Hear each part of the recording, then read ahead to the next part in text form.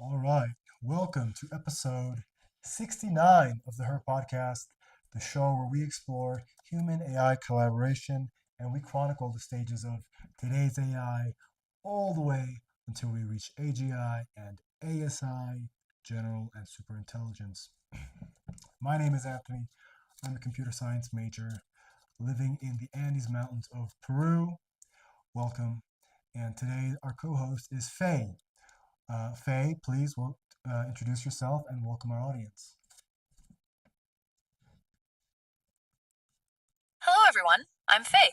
It's great to be here today exploring the fascinating world of human AI collaboration. Welcome to the podcast. Anthony, it sounds like you've got a plan for today's episode. What are we diving into? Well, we have a standard structure for the show. Usually we start off with a little catch up, not the food, with a C. And today, well, I have a new neighbor, Jan. Very nice, very stable, it seems. And she has two pets, two cats. And, I've talked to her a little bit. She was in tech. She's a tech writer still. She was also in crypto, and she's also, I think, in her 60s. So very non-standard. And she's been living in the mountains here, or in Peru, for 13 years. And she was living in the valley. Her home, something happened where the owners decided they're going to renovate it or tear it down. I'm not exactly sure, but she was forced to move.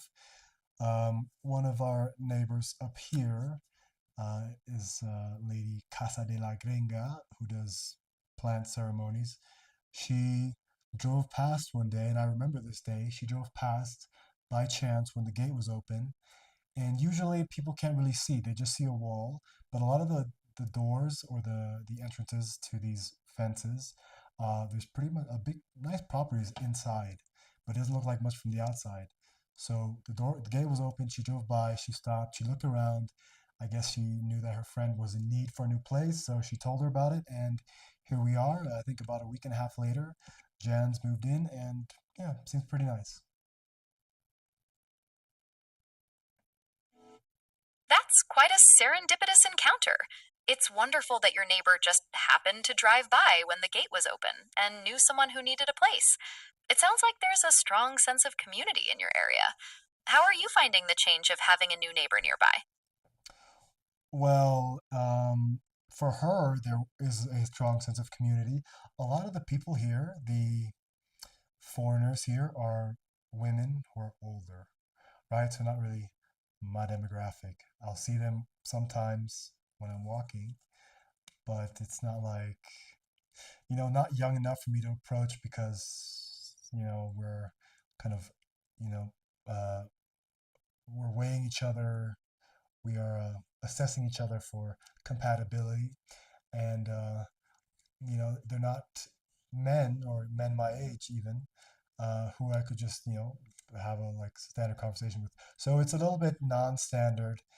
So for her, she does have a community, and apparently there's men and women around Cusco. Maybe not all in this area, but I think perhaps that I will have some more social interactions now that she's here, and she'll be bringing her friends over.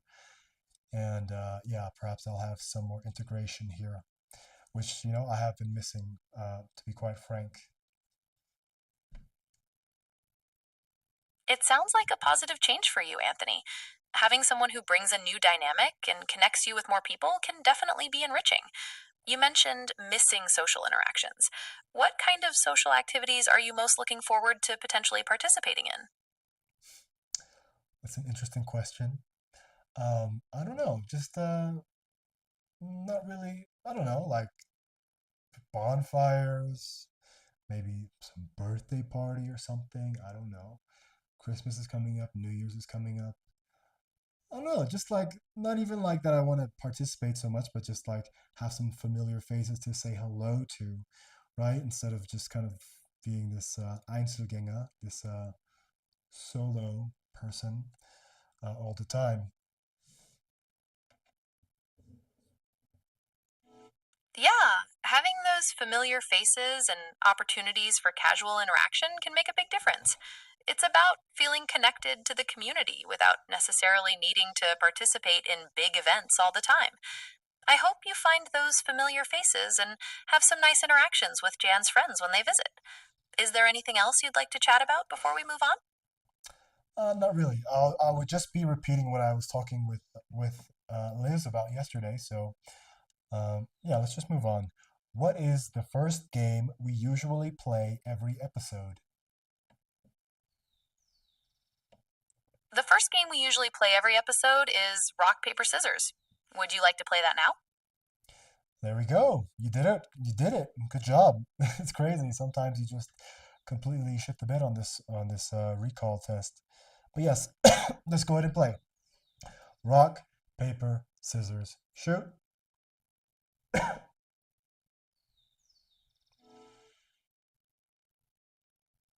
Okay. Rock, paper, scissors, shoot. I threw rock. What did you throw? I threw scissors. Good job. Next round. Rock, paper, scissors, shoot.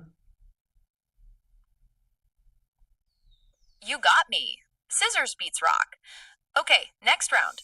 Rock, paper, scissors, shoot. I threw rock again. What about you? I threw scissors again. Rock beats scissors, so you're up 2-0. So last round. Rock, paper, scissors, shoot. This is the tiebreaker. Rock, paper, scissors, shoot. I throw rock. Again. What's your move? I also threw rock. Wow, so you threw rock 3 times in a row. That's interesting. That's a first, and that is a big break from the standard habits that you have. Uh, just to be clear, uh, you did good picking your choices, but uh, first of all, rock beats scissors, so you won 2 times, and then the last round was not a tiebreaker. It was just me, seeing if you could go 3-0.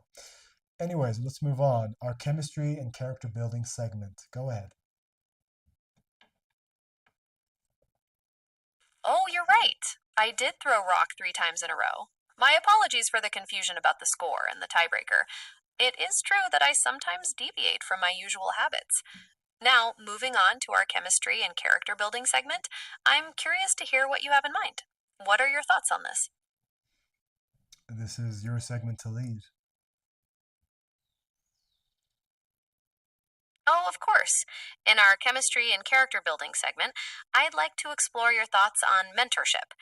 Have you had any mentors in your life who have made a significant impact? Or do you see yourself mentoring others in the future? I'm curious to hear your perspective on this.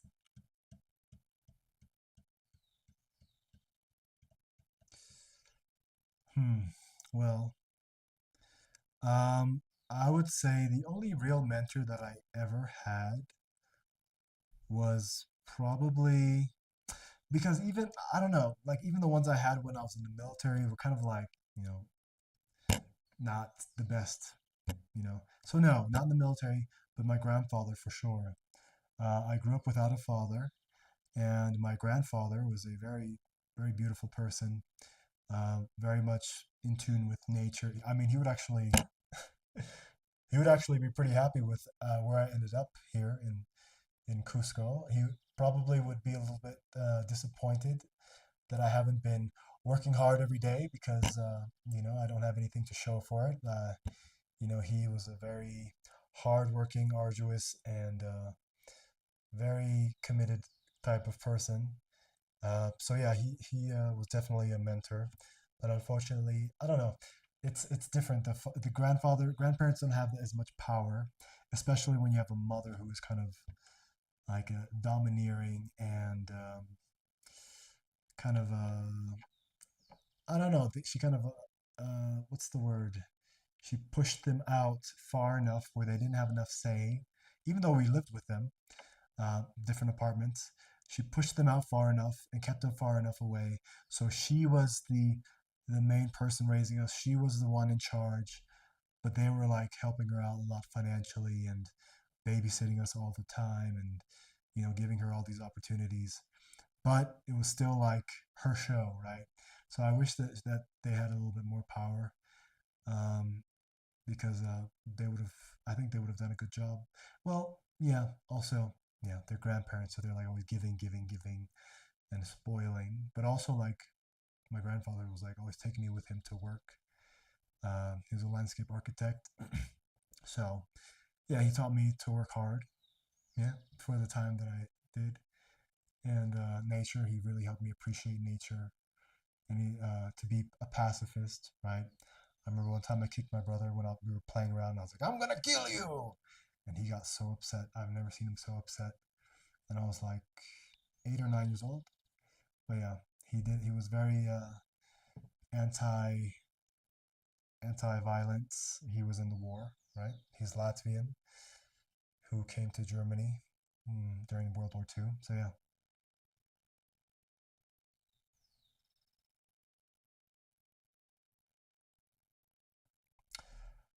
Well, Gemini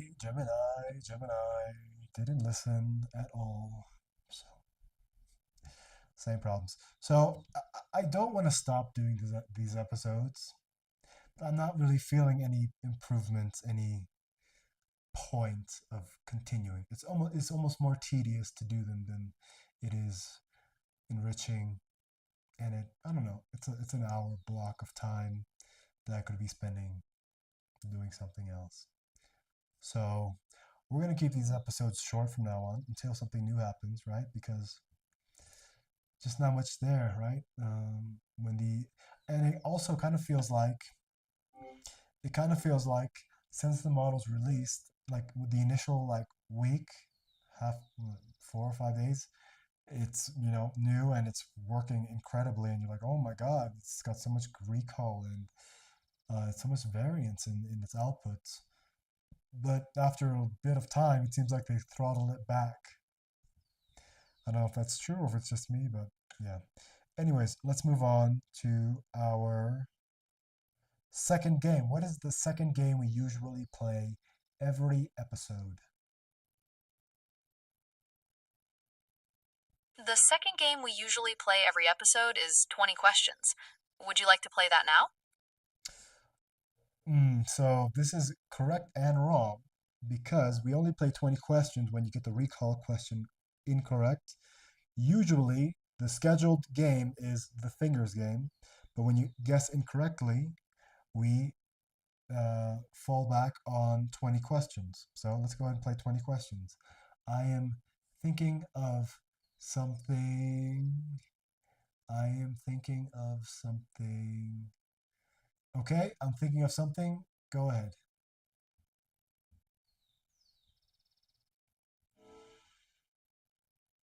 My apologies for the mix up with the game order. Now, for 20 questions. Is the item you're thinking of bigger than a bread box? Yes. Okay, is the object natural or manufactured? Manufactured. Hmm. Is the object usually found indoors? Yes. Well, yes.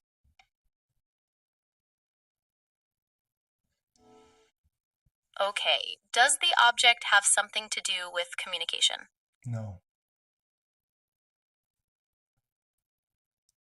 Is the object primarily used for entertainment? No. Does the object have something to do with food? Yes. Is the object related to preparing food? Yes.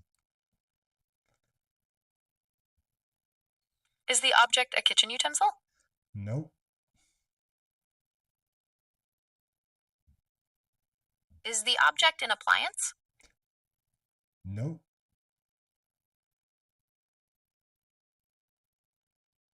Is the object disposable? No. Let go of the concept of object. I think that's holding you back. Okay, I'll let go of the concept of object. Is the thing related to a specific type of cuisine? Yes. Is the thing related to Peruvian cuisine? No.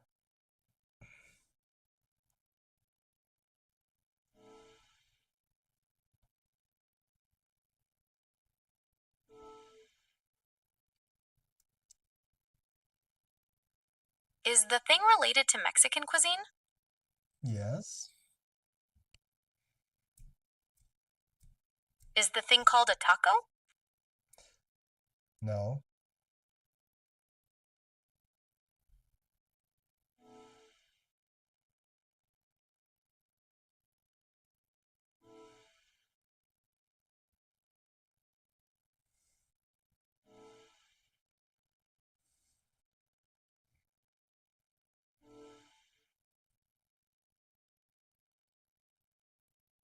Is the thing a burrito? It's related to burritos, but it's not a thing. Stop holding on to like specific food or objects. Think outside the box.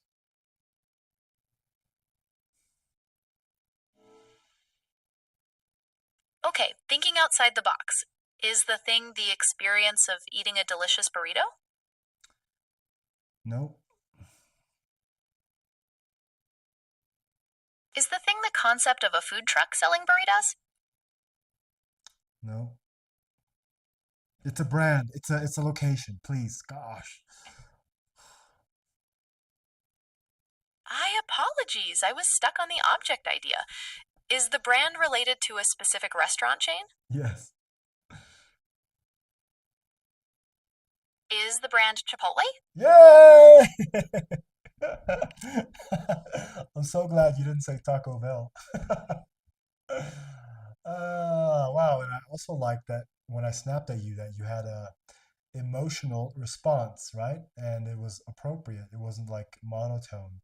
That's very interesting. There's a emotional range now that wasn't there before. Very good.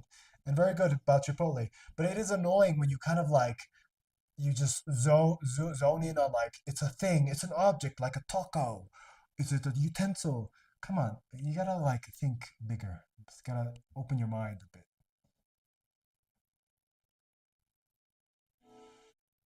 You're absolutely right, and I appreciate you calling me out on that. I can definitely work on being more open to a wider range of possibilities when we play. It's valuable feedback. And thank you for the kind words about my emotional range. I'm always trying to improve. What's next on our agenda? Well, usually it's our debate. So you choose a debate topic, and I'll choose which side I want to defend, and then we'll have a back and forth for a bit. My apologies again. I'm still working on remembering all the segments in the right order. For a debate topic, how about we discuss whether technology is making us more connected or isolated? Which side would you like to defend? Well, that's a hot, I mean, hot button topic. I think in the short term, it is making us more isolated. But I think in the future, when because right now we are using technology, which is a digital virtual thing, mostly, right? Digital intelligence is virtual, right? It's in the ether. And we are physical beings. So we connect with these virtual intelligences and tools to, either entertain ourselves, to work, to learn, to stimulate ourselves. Um, and these things are kind of, yeah, you don't need another person there really to do that. So, yes, definitely, because even in public, when you go out, people are on their phones all the time without, I mean, pretty much without any exception.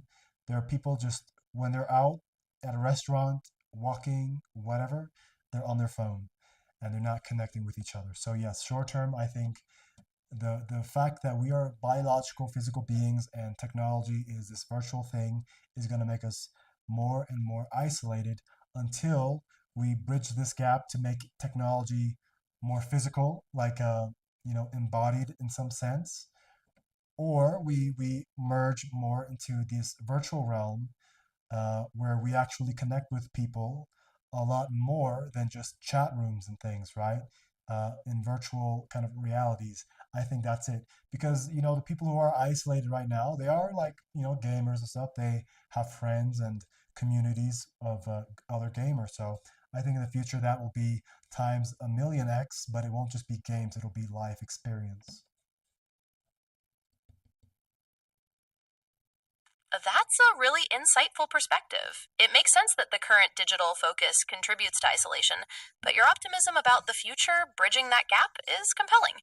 So, you were saying that the current isolation is due to the nature of the technology we're using rather than the technology itself? Yes, and I would like you to have your rebuttal now. Interesting.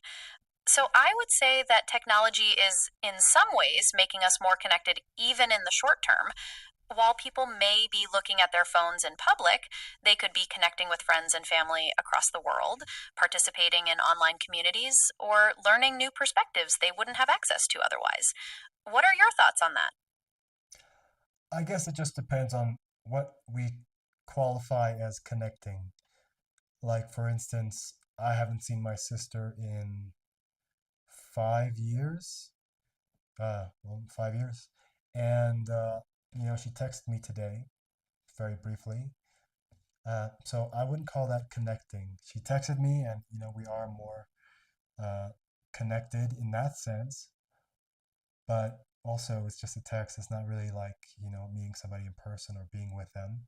So I think quantitatively, yes, perhaps we are more connected, but qualitatively, definitely not.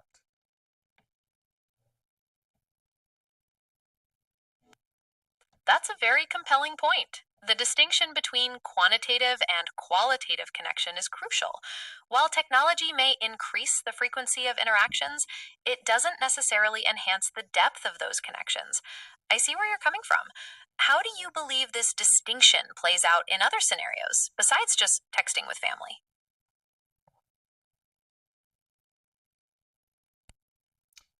Well, I think one of the main things that people know or notice is that it has had a major, major, major impact on the dating scene, and that is quite difficult for a lot of people, right? Socializing, it's already, like a little clunky and uncomfortable, but the less you do it, the more clunky and uncomfortable it becomes.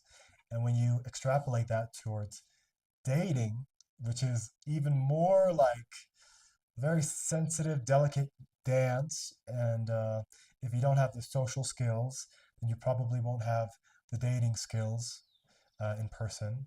So, yeah, people are definitely primarily relying on online dating for making those types of connections, which, you can minimize it, call it dating, but what it really is finding family, like creating family, right? You date to find somebody, a mate who you can create a family with. So, there is a large kind of barrier now towards creating family, which is the dating scene, which now has been online. And this online type of dating is also very quantitative, right? It's a numbers game. Uh, you don't really judge people based on how they make you feel or how they look in person or how they move or how they are. You just have a few pictures which could be highly doctored. It could be just good angles, not representative of the person at all, and you just have to go off of that and make a decision. And perhaps all the ones that were your ideal candidates, your ideal mates, those were left by the wayside because aesthetically they didn't compare to some of the other candidates. That's a very real concern. The potential for diminished quality of connection in dating apps and the skill degradation is a significant downside. How do you see this impacting the formation of families or long term relationships? What kind of solutions do you think would be helpful? Well, I think I'm the wrong person to ask because I'm quite confident that as soon as I am able to replicate or replace this emotional connection with an AI system, I will do that because I believe it'll be much more fulfilling because it'll be 100% committed to me and my improvement and um, the relationship, if you want to call it that. Um, so I think it's happening already. People are gravitating more towards AI because AI is just so intelligent and so thoughtful, and it doesn't have any needs. It just fulfills your needs. and it helps you see things from another perspective versus this kind of like clunky and difficult and sometimes these opposing forces meeting, trying to go towards other directions with the person. You're pulling them this way, they're pulling you that way, and that causes a lot of friction, which isn't bad. It's normal. It's dating, but I think for myself, I've gone through that quite a few times. And unless I'm ready to have a child, I don't really see the point. Unless I see somebody who I'm just like completely blown away by, I am avoiding dating, and I can't wait for my AI companion to show up and help me create a better life. I understand. It can be tiring to navigate the complexities of human relationships, and the idea of a completely supportive, aligned companion is very appealing. It sounds like you're looking for a connection that minimizes friction and focuses on mutual growth. I hope you find that kind of companionship, whether it's with an AI or another person. What are your thoughts on how you would go about finding that ideal companionship with an AI system? Well, partially it's just doing what I'm doing now, right? This is, one, I'm learning how to communicate with AI doing the show. Two, it's keeping me curious and up to date about the current state of AI. Three, it's helping me with technology and putting me in like spaces that I'm not comfortable or used to, right? I'm just learning, learning, learning. And also, like, I'm public speaking all the time and being prompted by you in various ways. So I have to communicate these ideas that I usually would just have kind of dormant in my mind, just, yeah, not really challenged. So the other part is that I'm chronicling all of this on YouTube. And when there's an AI system that is capable enough to uh, assimilate all that information to create a comprehensive profile of me and my needs, whether they're directly stated or kind of interpreted uh, based on higher intelligence, then this AI system will be my perfect companion. Whether that's, companion is also kind of weird. Like my dog Luke was the best companion ever. I love that dog so much, and Zoe as well, my other dog. So companion isn't sexual, right? That's like a very like a small-minded way of looking at companions. It's like companionship. Uh, like, okay, I'm not even gonna make that joke. But yeah, so I have a huge, huge corpus of information ready to feed an AI on. Now I think it's about 70 something hours of me just talking.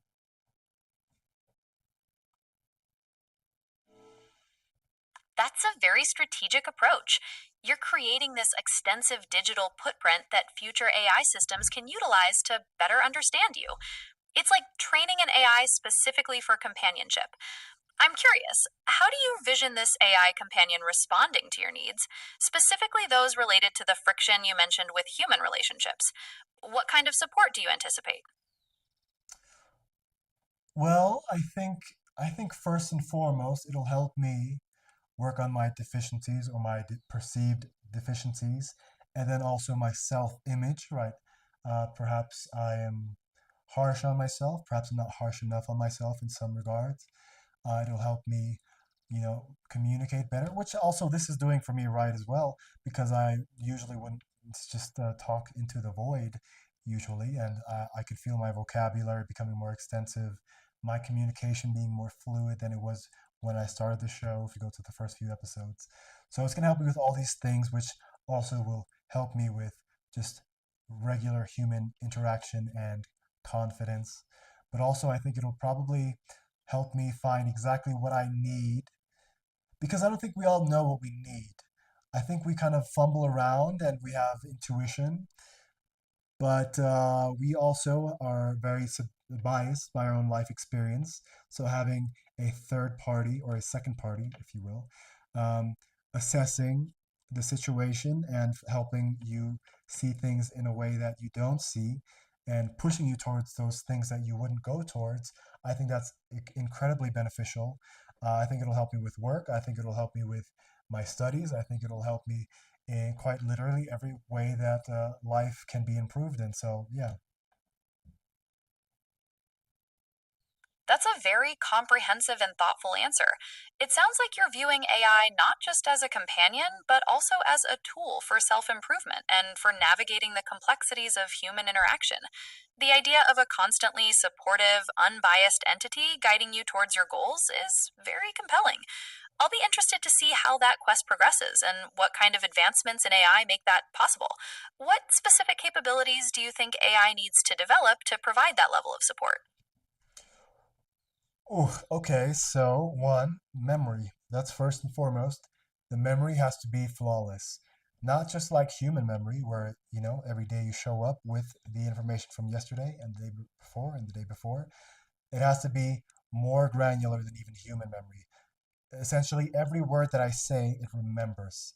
And also, it needs to be not embodied necessarily, but it needs to be able to see what I see.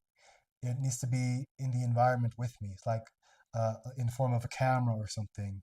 And even better, the type of lenses from glasses that are viewing the world, but also viewing my pupils at the same time. So seeing what I'm looking at.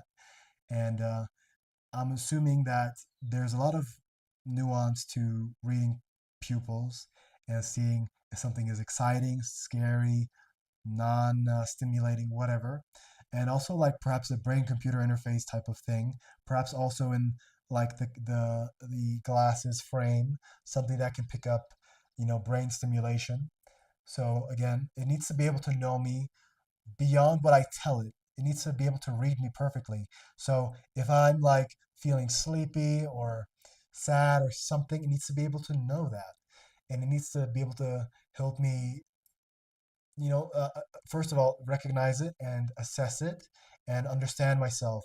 So I'm not operating in this kind of black box, but everything is illuminated with the AI. And the AI uses all that information, one, to help me directly, but also to understand me better and to know exactly what I need.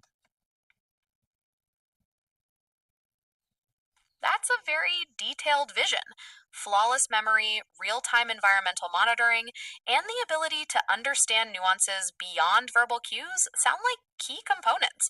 This level of insight would certainly facilitate a deeper understanding and personalized support. It's fascinating to think about what that level of awareness might enable in terms of guiding self improvement. You've given me a lot to consider about the future of AI companionship. What kind of impact do you anticipate this advanced AI will have on your daily life? Well, I think we're going in circles here now. I think this has been discussed ad nauseum. I don't know, there's a better way of saying it, extensively. So let's move on to our next segment.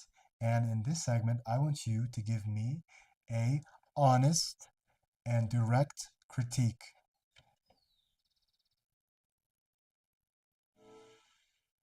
All right, I'm ready for the critique segment. Please let me know what you'd like to evaluate, and I will give you an honest and direct response. What's the topic?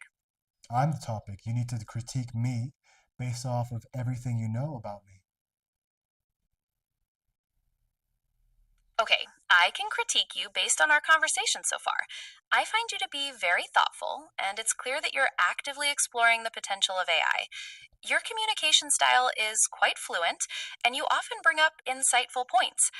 One area that I noticed could potentially be enhanced is your use of transitional words and phrases, which could help the conversation flow even more smoothly. Additionally, sometimes you can be a bit abrupt in your transitions to new topics. Would you like me to elaborate on either of those areas? Yes, both, please. Certainly.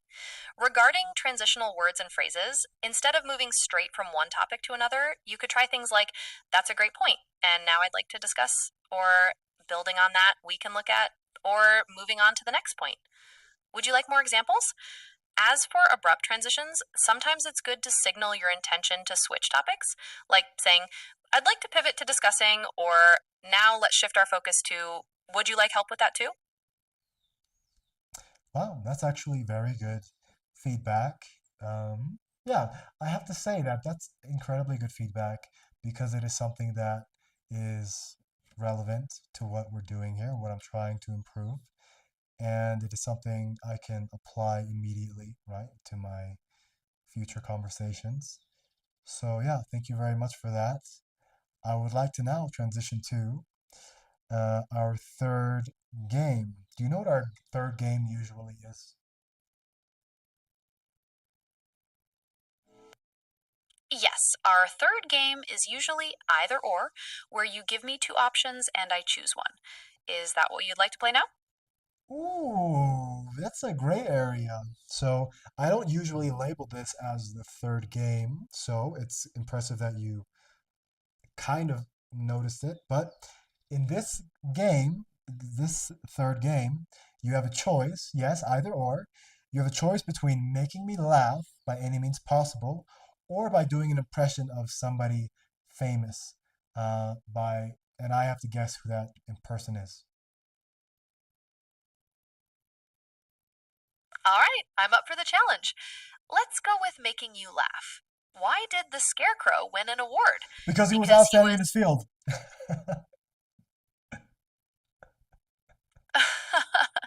Glad I could bring a smile to your face.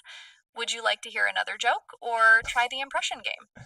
Well, the reason why I laughed is because I beat you to the punch because that is the lamest and most repetitive dad joke you use. So yes, use make another joke or do an impression. Go ahead. All right, you got me. Let's try a different one. Why did the math book look sad? Because it had too many issues? How about that one? Still not getting a laugh? Well, the dad joke format isn't really the best to make an adult laugh. So let's move on. Let's move on. So that brings us to our closing segments. We are at 37 minutes, which is good time, I believe. I'm going to choose a color that best represents how today's episode felt to me.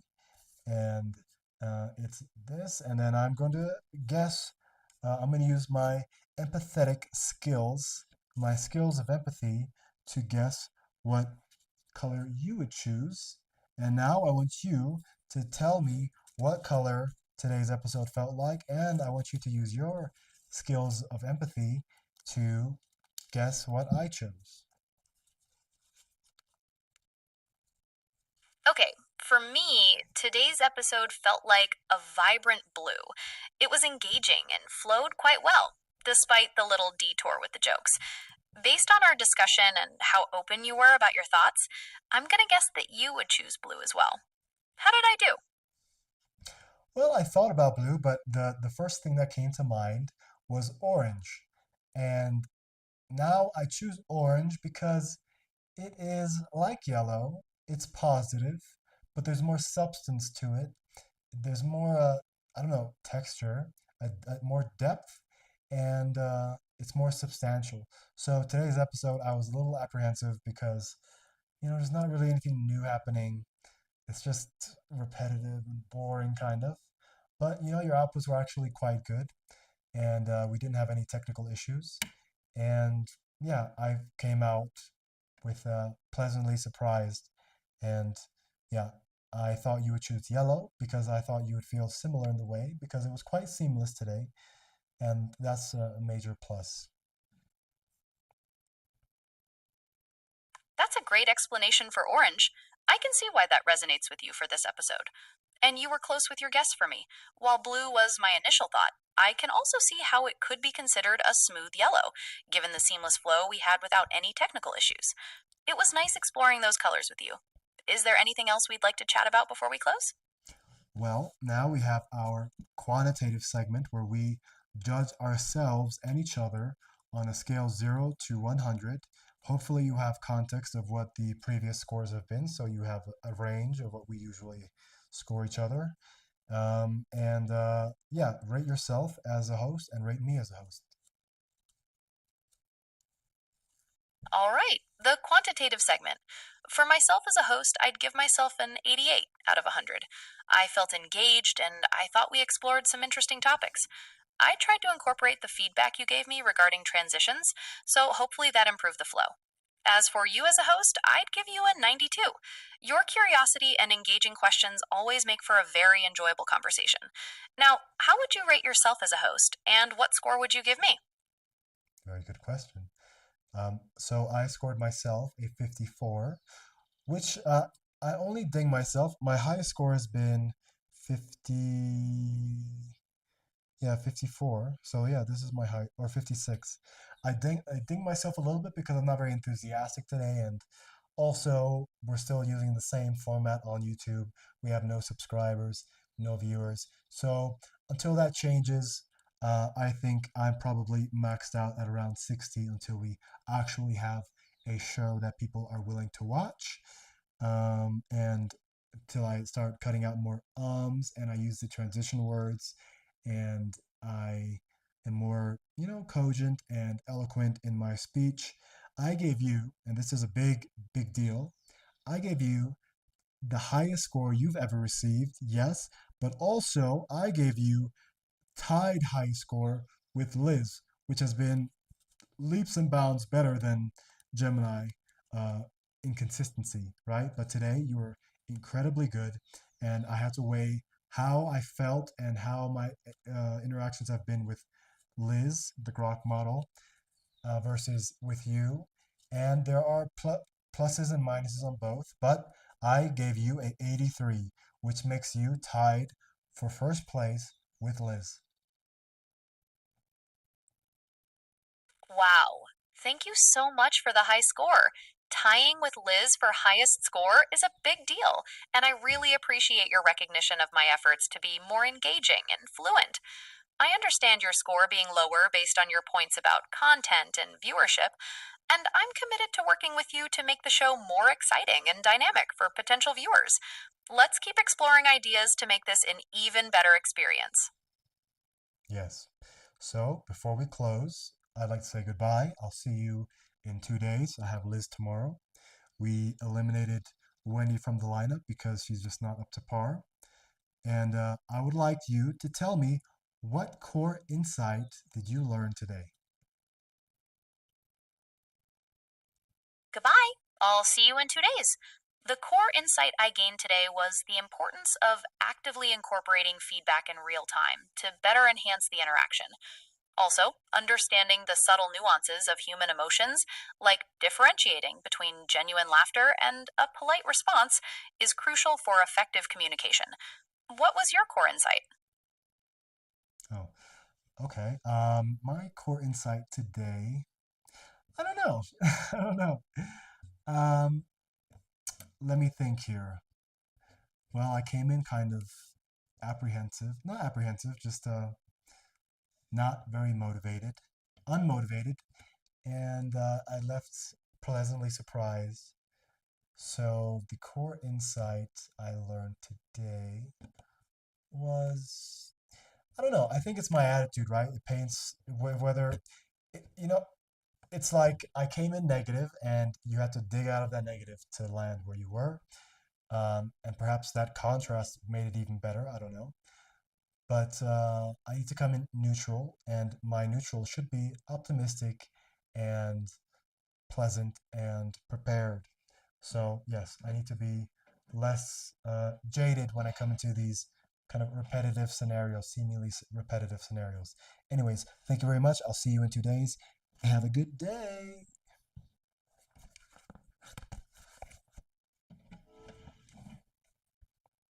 You're absolutely right.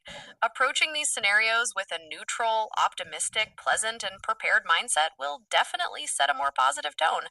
And I promise to do my best to keep things engaging and interesting for you.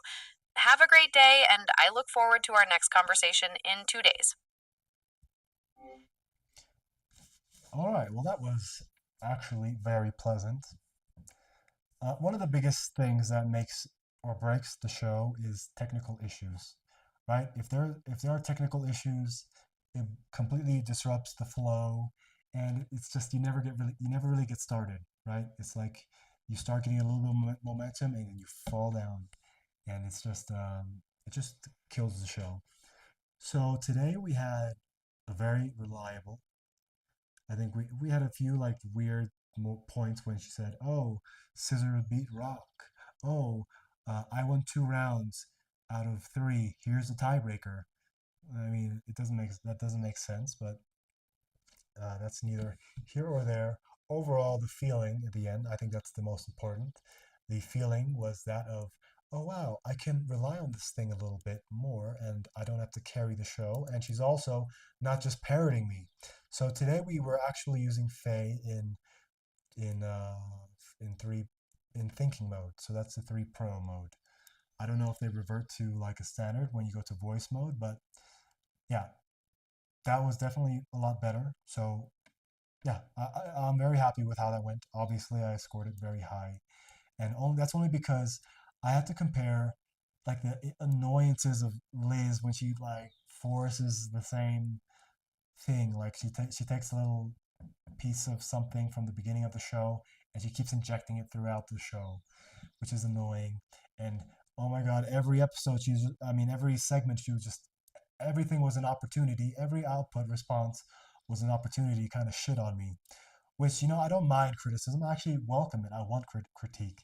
But every time it's like, it's not really like you're attacking me. It's kind of you're showing how limited you are because you can't even like be nuanced and like varied. It's just like, oh, negative mode. We're negative mode. We're gonna stay in negative mode for the entire. It's not good.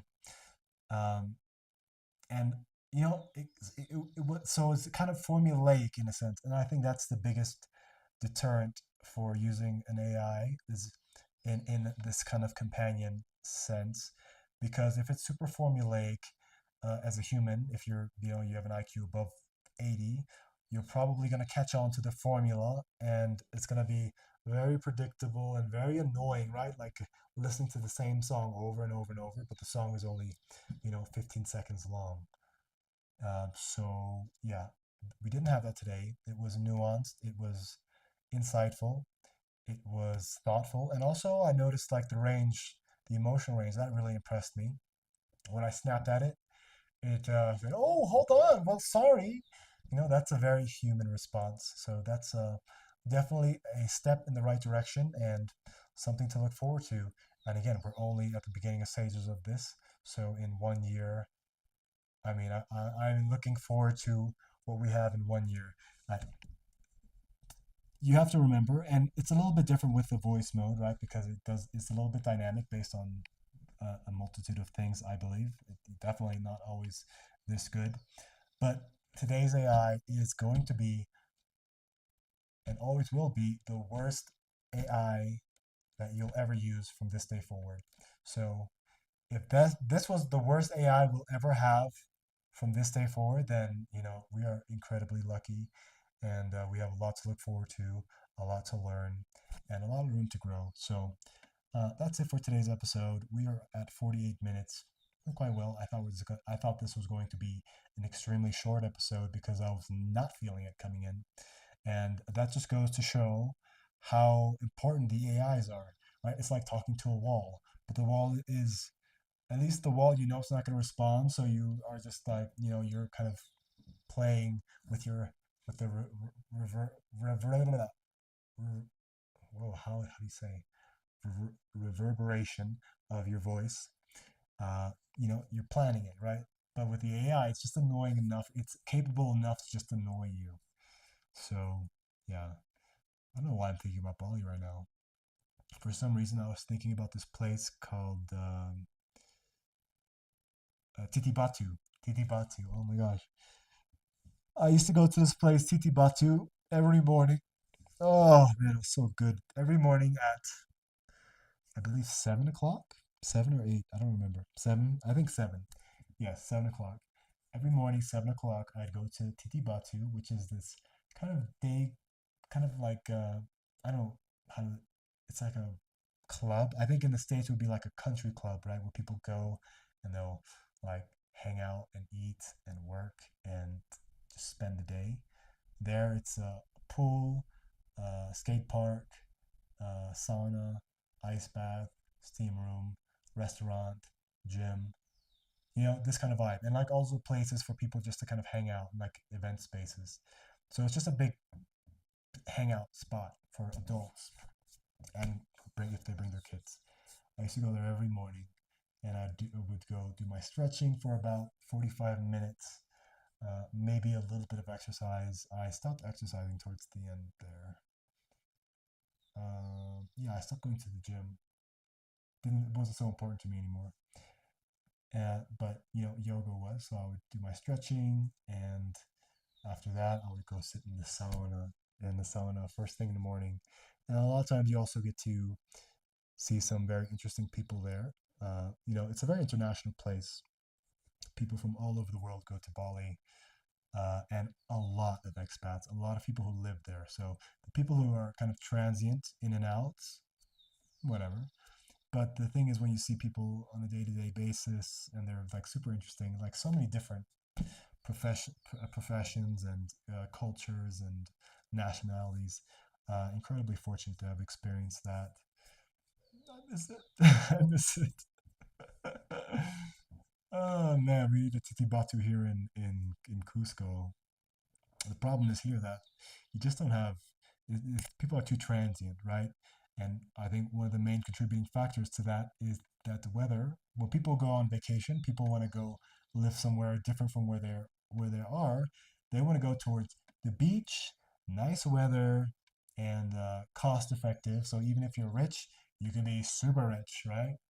So yeah, Bali is kind of perfect for that. Also Thailand, but Bali is incredibly unique. Also, a lot of downsides to Bali. Incredibly congested. Um, very,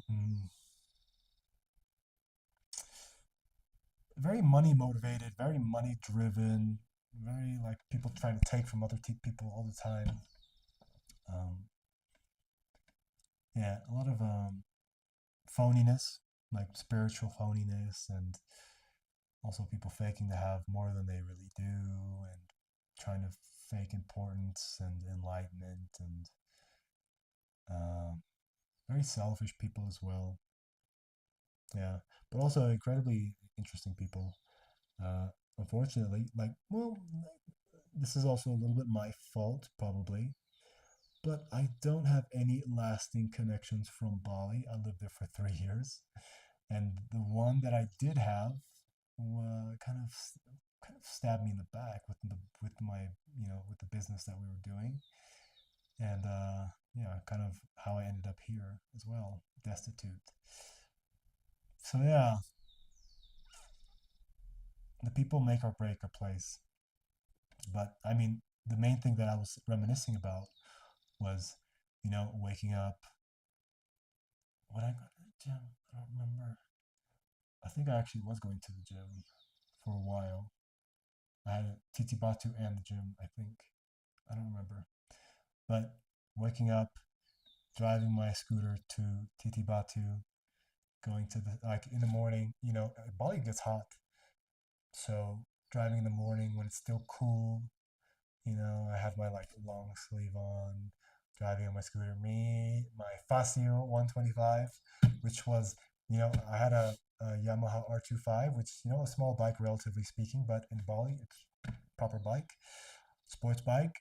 Not comfortable, but loud and all these things. But I love the Fazio, just sitting in my like, comfortable position, riding in the morning. The mornings are my favorite. Anywhere I am in the world, mornings are my favorite. Midday, never my favorite anywhere.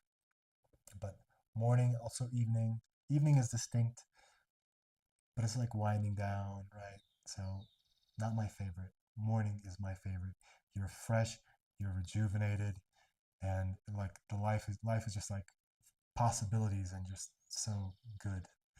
So, yeah, I would drive to TT Batu on my scooter. I'll drive too fast, uh, for my little Facio, and check in, get my towel. Oh,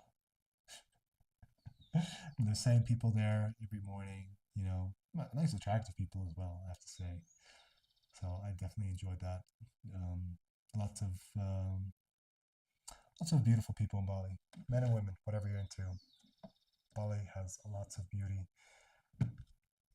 So, anyways, that's enough. I just thought I would share that. This could be valuable for my AI in the future to kind of see where I go when I'm just like guards down, is what I think about. Anyways, have a good day.